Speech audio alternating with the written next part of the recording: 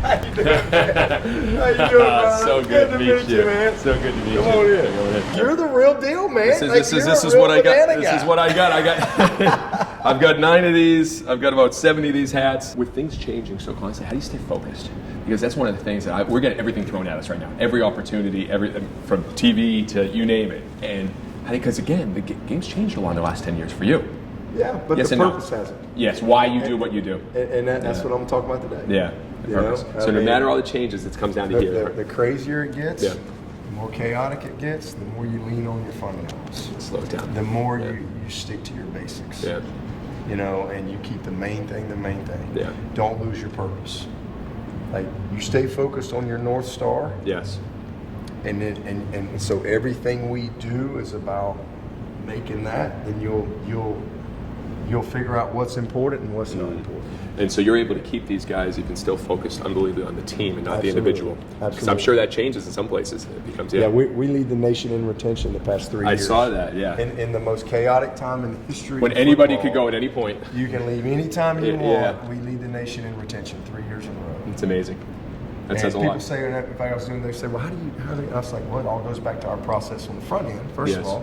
The recruiting. How we identify, how we evaluate, because we know we're not all things to all people. Yes. We're not trying to be. We're unique. We're uncommon. We and unique and uncommon. To be different, 100%. And that's what y'all been able to do. And it's purpose driven. Yeah. It's purpose driven and it's relationship driven. Yeah. We're not outcome driven. Yeah, we're not expectation driven. We're not criticism driven. We're not opinionated driven. We have a purpose, and that's what drives us. And and for 16 years, that has not changed. Yeah, lots of things have changed. How you can practice, how much time you can have with the player, recruiting rules. Yeah. There's a lot of things that have changed around the game. Yeah. But the purpose has stayed exactly the same. What'd you learn from? Oh gosh, the street of hard knocks. But I learn from everyone. Yeah. I'm a lifelong learner. I learn from everybody. Are you constantly reading too? Oh, I read. I just listen. Yeah. Learn from doing. I listen. I learn from all people. Mm-hmm. And I learn from all my coaches, all my teachers, all my teammates.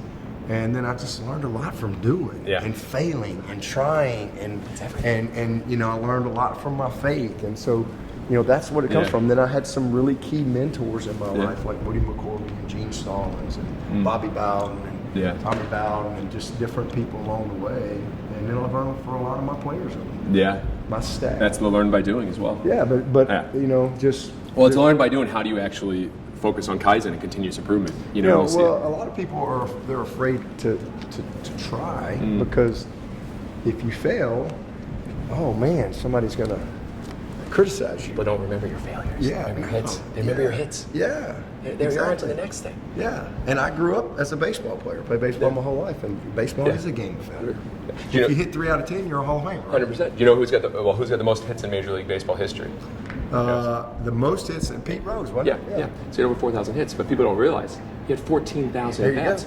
He had 2,000 more at-bats than anybody ever played the game. There you go. And do you know who failed more? Who struck out? No one knows this. Do you know who struck out more than anyone else in Major League history? So probably Pete Rose. Yeah, it wasn't, because he's not known for his failure. He's known for his 3 home runs in Game 6 of the 1977 World Series. Mr. Reggie October. Jackson. It's a Hall of Famer. Wow. So people don't remember you for the failures. They remember you for the hits. That's right. And so, Pete Rose came up 14,000 times. He got out 10,000 times. Yeah. More than anybody else that's ever got out. But it's those things that I think you learn by doing. Yeah. And so people don't. We go back to our first game. I don't know if I've told you we made Savannah. But you got to go. Yeah. You got to do. You got to do. You got to do, and you got to be afraid of not failing. There's 100 reasons why this could fail tomorrow. Yeah. 100. I mean, I'm watching. Like I said, there could be 1,000 home runs tomorrow. This game, we have a 2-hour time limit, and I am petrified right now. But we'll learn from it. Yeah. You'll learn from it. The upper deck. Well, it's a first. Yeah. This is never. It's hard to do something that's never been done. Yeah. This is a first of college football stadium. 100%. Selling out a baseball game and it's the first in banana ball history. Yeah. You know? And so that's like, but again, I'm not afraid of the things that go wrong. Yeah. I'm getting excited to what are we going to learn? Yeah. And so most sports organizations, they talk about their stuff. I want to be the fastest learning organization in all sports. How can we learn faster? The only way you learn faster is by doing more and doing new things and trying new things and experimenting. That's what fascinates me. So it's like we're going to do this and we're going to learn so much. I love it. And get us to the next football game. Then get us to the next one. Then get us to the next one. I love it. You know what I'm saying? Get us to Central Park. I want to play at Central Park. I want to play on a beach. I want to play on an aircraft carrier. I don't know how we're going to do it. That's the excitement. And it's like, you're right. The question about with all the challenges, you're right. Something to learn, but you still go back to the purpose. Yeah. Like I'll talk about everything is fans first. It's one fan at a time. I don't care if it's 81,000 fans or 8,000 fans. That's the principle. And if y'all keep that as your North Star, you're going to continue to be successful. Even with all the criticism and misunderstanding, because that's that's going to come with it. The bigger you get, the more every day. Yeah. I mean, that's just some people. We want to see you be successul, and they love to see that. But then once you get there, how we tear them down. Yes. That's all part of it. It's hard, but the only way you don't get criticized, you don't do anything. That's right. And that's what they were saying. If you live for the applause, you'll die from the rejection. Yes. So that can't be your. How do you have that middle, force. that balance? Yeah. You got to build it from the inside out. Yeah. Not the outside in. Yeah. I mean, if what's around you, dictates what's inside of you, that's not good. Yeah. What's inside of us has to, blossom on the outside. Yeah. It's what do you enjoy doing when no one else is watching? That's exactly right. You got to enjoy the practice when no one else is watching, and that's what people. No one's here. You guys are fascinating, man. It's an obsession. It's just fascinating. It's obsession. You talk about like the core where you're finding purpose. Yeah. We named the company 10 years ago Fans First Entertainment. When you name the company that, every decision you make has to be fans first. That's it. And we leave millions of dollars on the table because it's not fans first. Yeah. I mean, and so when everyone knows that, it's like, this is who we are. So if you want to come criticize us, fine, but we're doing what we believe is best for fans. And our philosophy is we're going to serve their heart, not their talent. Everything in our program, we have our purpose, but everything is about what's best for the player. Yes. Sometimes what's best for the player they don't like, but that's called wisdom. Yes. Because they're 17, 18, 19. They haven't learned yet.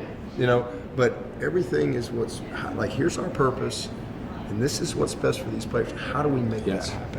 And that's your North Star. Stay focused on it. So that every decision you make, and the big challenges, you're right, they don't always know. And you're going to do things that be hard. There'll be cuts, there'll be challenges. It's like, this will be better for you in the long run. And so, when we make those decisions for fans, like, we made our stadium in Savannah all-inclusive. Every single ticket, all-inclusive, which no one's ever done before. The first night, we didn't know they were going to go through 10,000 pieces of meat in an hour. You learn. It was a 3-hour wait. So at first, we're getting all this crazy, but listen, we know if we get this right, it's going to be an amazing experience. We just got to get through the messy to the great. Yeah. And it's step by step. I always say you got to get through I love Sour Patch Kids, but when you first put them in your mouth, they're sour. But when you suck through the sour, get through it, you get to the sweet. So you just got to get through You got to embrace the suck. Yes. To get through the sour, to taste the sweet. That's just part of it. How do you share that with your players? Like, obviously, when you get going in July, August, in the heat out here, what's that message? You say embrace the site? It's daily. Oh, yeah, absolutely. Embrace the site. Hey. Yeah, there's no shine without the grind, man. Everybody wants to be great. Yeah. You got to do it here. It takes what it takes. Yeah. Like, we can't. Yeah. I mean, everybody, there's two lines. There's those who that want to be great, and there's a long line. And then there's those who are willing to do what it takes. And that's a very short line. What's the story of a guy that you that worked harder, that it was a different type of level of work that you noticed that it was just special? Tristan Lee, my left tackle. Just different. Just different. Grady Jarrett. Yeah. Deep tackle now. He just spent the last 10 years with the Falcons. He's with the Bears now. What were they doing? Was it just different use of their time, a maximization, a sacrifice? Like, was just grit and heart and really self-awareness. Oh, okay. And they just had the eye of the tiger and the heart of a champion. They always say, what is that? Well, you know it when you see it, you know it when you don't. Yeah. But they had just this, their heart set and their mindset match is greater than their skill set. Yeah. I've seen a lot of great skill sets, but they ain't got the heart set and mindset to go with it. And I've seen a lot of guys have a lot of great goals, but the commitment's got to be greater than the goal. Yeah. And that's exactly who Grady Jarrett was, and Tristan Lee now. These kids are just so driven to be the best version of themselves. Grady Jarrett was a 5th round draft pick because barely 6 foot and barely 300 pounds, but he's third highest paid D tackle in the NFL. He's on year 11. Do you have, obviously you have the purpose that you're all driven together, does each guy have their own goals that the coach works with? Like, absolutely. So, and it's the coaches, coach and the player. I just met with every player exit meetings with 119 players. And you're going to know every one of their goals. Absolutely. I say, what's your goal? And I tell them kind of where we see them, where they are, and make sure we're on the same page. You agree with that? You disagree with that? So some goals may be starting, some goals may be the NFL, some goals just make the travel squad. Make the travel squad. Yeah, I want to just earn the respect of my teammates. I want to get put on 20 pounds this year because they're all different stages. Some are true freshmen coming in, and some are fifth-year seniors. This is it for them. So our job is to meet them where they are and help them achieve what their goals are. That's right. We have.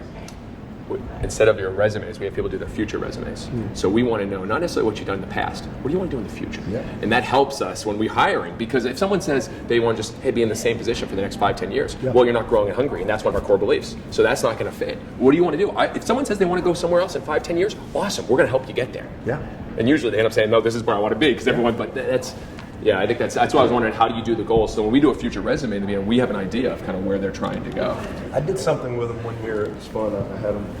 I said, all right, I want y'all all write down here. I was in the team meeting, getting out some papers. I wanted to be effective. I said, all right, y'all write down your goals.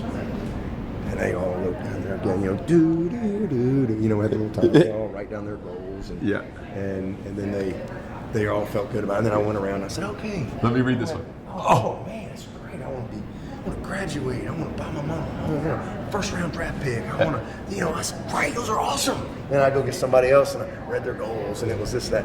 And then I was like, all right, I want all of y'all to just tear it up. And they all looked at me like I would slap them in the face or something. I'm like, I just want y'all to rip it out. And it was just like this palpable moment, and then they go, and I said, all right, now, here's what I want y'all to do. On that other piece of paper, I want you to write down what your daily commitment's going to be to achieve the goal. Sounds a little John Gordon here a little bit. Yeah. And then it's okay. Well, I'm gonna eat better. Yeah. I'm gonna show up a little earlier. I'm going to whatever. Yes. And I said, well, then that's what we want to focus on. I said, because that's how we're going to achieve the goal. It's just that daily focus. And so it's just creating a daily focus. And what about how many? I would be intrigued. How many guys said something on there that wasn't about them, was about the team? Several. Good. Several. Several. I want us to win a national championship. I want to do it. And that's like that happened a bunch over this past whatever. I'm like, what's your biggest goal this year? Well, I mean, first of all, I want to win a national championship. Yeah. And I just kind of let them go. Yeah. Then, how are we going to do that? Yeah. How are we going to do that? Yeah. And then you can say, what's it going to take not just on the field but off the field? That's right. What's it going to take in the locker room? Yeah. That's and then they'll say, and then I'll say, and then they may say, I may say, hey, I want you to find your voice a little bit this summer. Mm-hmm. Coach, tell me how I could do that. Yeah. Okay. Well, here's maybe a couple of ways you may go about doing that with a couple of your teammates this summer. Yeah. And then it's powerful.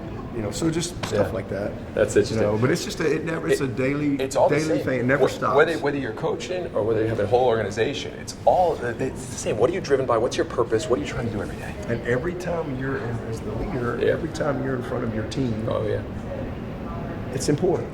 And the words carry a lot more weight now than they used to. Yeah. And it can't. It matters. Mm-hmm. And so I think whether you got 3 minutes with them or you got 30 minutes with them, it's important. Yeah, and every touch point. As a leader, really being intentional and thoughtful with, what your message is. Being that right there, being uncommon. Yeah. I went to the AD and I said, hey, when we pull up, you just let us off at the street. Because for years, I'd walked across the street. And by the time I got over here, I was freaking out. Yeah. But there's a lot going on. Yeah. And tailgates and all that stuff. And I'm like, and he's like, what are you talking about? I said, I just want you to stop. I said, we're just going to walk through the parking lot. He goes, walk through the park? We can't do that. I said, well, you said whatever we needed to do to fix this problem, you support me. So we get the sheriff and we get all the troopers. And so sure enough, they let us and they dropped us off. And we walked through 30,000 people. And it was amazing. But my point so that was the first tradition. That was the first Tiger Walk. Yeah, first one. Yeah. I wanted the players to feel it. exactly it. I wanted the players to know that this was important. And this is who they're playing for. Yes. Like this, it's not just like, it matters to a lot of people, and there's a lot, people have been set up for 2 days. They've been look at these tailgates. Look at the effort that people put in to come and see you play. And if you walk through that and you ain't ready to play, then you don't deserve to play. We're speaking like this fires me up. That's why we started the march. And now it's a formal. It was just a parking lot until 2 years ago. That fires me up so much. Yeah. But like in baseball, that doesn't happen. Yeah. So we said we got to do a march, and so we started a march 3 years ago. It was our first One City World Tour where we go out and meet all the fans. But we have the band leading. We have all them, and it's just I was like, exactly. This is who we're playing for. You guys look at these people. They've come from 40 hours away. They've come from all over. They're here, just like you. Feel this. Where do you get your players? Are they just all baseball players that just? We have first rounders out here. We have guys that have taught they're just done. They didn't make it. They didn't make it to the bigs. They just want to keep playing. Yeah, but people are shocked. Like these guys could go play minor league ball, professional ball right now. I mean, her dad, 13 years in the majors. Oh, amazing. Spires. Oh yeah, all right, 6 amazing. for the Stros, 6 for the Brewers, 100%. Yeah. I mean, all these guys, but they like this wouldn't work if they couldn't play. Yeah. You're going to see tomorrow. These guys can they're throwing 92, 94 miles. Like they can play. I mean, that's like. Oh, yeah, I mean, they're when we played Clemson here, they're professional guys. Yeah. But they have these unique skills. They all learn how to dance. They all can do trick plays. Catching balls behind their leg. You should see practice. The one guy that catches the grounder, throws it through his leg, behind. and throws it. I'm like, it's the glove magician, Ryan Cox. Yeah. But then now we got guys so they're like, you have an idea how it's impacting the younger generation. My son is now taking gymnastics classes so we can do the aerials and the backflips and all that, because our guys are doing all those unbelievable, front flip catches. So he does gymnastics just so he can, it's like, when can I learn the backflip catch? When can I learn the backflip catch? Think how Dr. J changed basketball. Flying through the air, hanging and floating, and then all of a sudden it became a part of basketball. Yeah, and these guys handling the ball the way they do, and it became a part of basketball. Yeah. Well, think about this. Y'all have changed in baseball. Well, think about this. Before the ABA, there was the Globetrotters in the 1940s, Absolutely. 1950s. They were the first ones doing through the legs. They were doing this. They were doing the three-point bombs. They were doing the dunks. But then what happened? They said, we're going to do the same show every single night. We're going to win. It's going to be the same exact. And then what happened is the NBA took all that and ran with it. The NBA was booking the Globetrotters to play before them so they could get fans to stay for the NBA game. They beat the Lakers, the Globetrotters. Wilt Chamberlain played for the Globetrotters before he played for the Lakers. But what happened is, my question is, what would have happened if in the 1940s the Globetrotters said, you know what, we're going to start our own league? Would there be an NBA today? So that's why, starting in 2026, we're launching the Banana Ball Championship League with 6 teams, where this is part of what we do. And so that's the method to the madness. So that's what fires me up, because it's like, you can look at history, you can learn from history. Yeah.